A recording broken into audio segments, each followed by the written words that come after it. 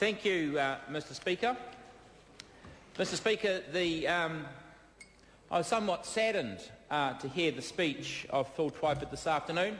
I had the pleasure of campaigning against Phil Twyford in the last general election in the North Shore electorate. And, sir, we heard today, I think, the speech of a very, very bitter man. And it's actually very sad, Mr Speaker, because Mr Twyford has staked his reputation on trying to attack and to undermine the government's changes to bring change and very positive change to Auckland. And he's been unsuccessful. Week after week last year, he popped up during question time, constantly challenging and questioning the Minister of Local Government, as this is right, and good on the opposition for doing that. But imagine, Mr Speaker, how Mr Twyford must have felt when he woke up on Tuesday morning to the New Zealand Herald, which said, "Super City, U-turn, people power wins."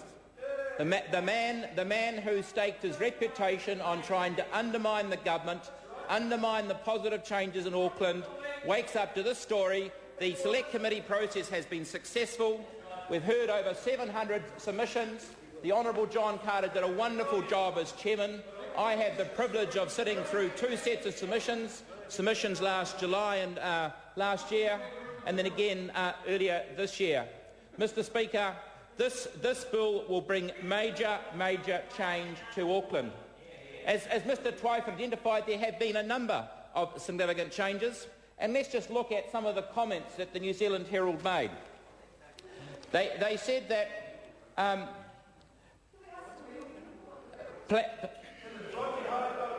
well, it's interesting. I'm being asked.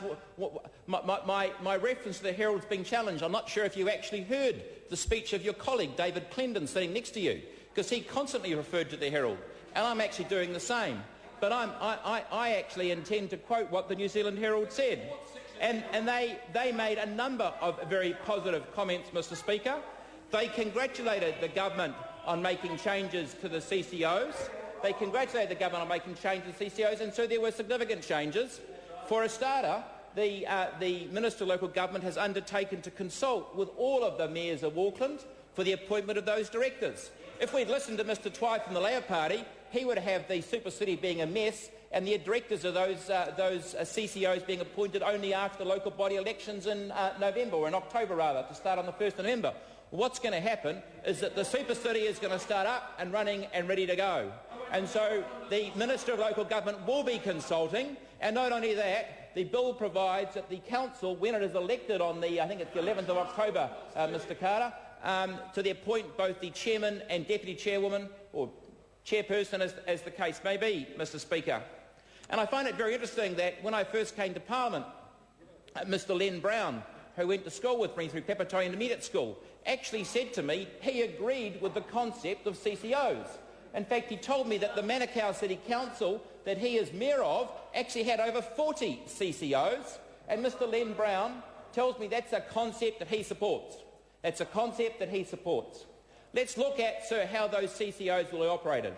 There was concern that the hearings or the deliberations of those directors would not be open to the public. Well, sir, there is provision, and the amendments have been incorporated into this bill to open those meetings for public involvement and to listen to the deliberations. There's a provision for the directors, sir, of each of those CCOs to report not quarterly if necessary, at least quarterly. There you are. Mr Carter, the chairman of the Select Committee, is telling me even monthly. Where's my Leamington, John? It goes on to also compliment the minister, Mr Twyford, on the changes that were made for the provision for local boards.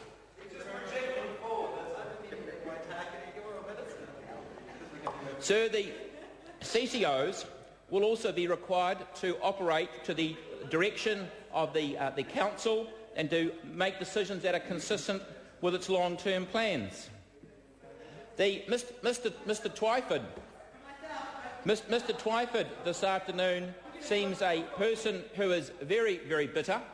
He has seen the success which has been achieved, and he doesn't want to acknowledge what the government has done.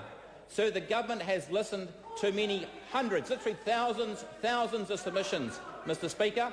I recall in July last year, soon after the Mount Albert by-election, in fact, Mr Speaker, the last 3 weeks of July, right through July, sitting from 9 in the morning until 9 o'clock at night, we heard from submitter after submitter after submitter. And it was a privilege. It was a privilege to hear from so many community groups and people concerned about the future of Auckland. So Mr Twyford has made a big thing. Mr Twyford has made a big thing of the fact that the Minister of Local Government moved quickly to put into place the reform package. He criticises the fact that the Minister of Local Government didn't actually hear submissions on the Royal Commission inquiry report. In fact, I heard Mr Twyford say there were no submissions called.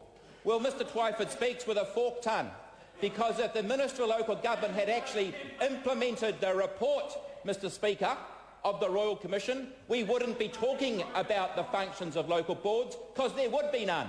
There would be none. The Royal Commission actually recommended that there would be no local boards, apart from a local board for Waiheke, Great Barrier Island and the Auckland CBD.